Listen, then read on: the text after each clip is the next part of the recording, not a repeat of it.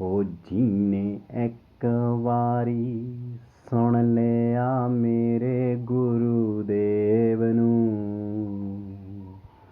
ਜਾਂ ਤਾਂ ਫਿਰ ਆਊ ਜਾਂ ਫਿਰ ਨਾ ਆਊ, ਤੀਜੀ ਗੱਲ ਨਾ ਹੋਵੇ।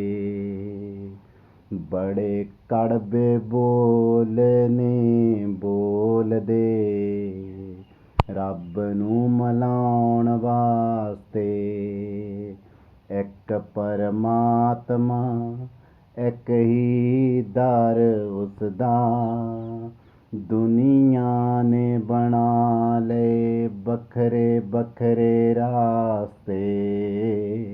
ਇੱਕ ਪਰਮਾਤਮਾ ਇੱਕ ਹੀ ਦਰ ਉਸਦਾ, ਦੁਨੀਆ ਨੇ ਬਣਾ ਲਏ ਵੱਖਰੇ ਵੱਖਰੇ ਰਾਸਤੇ।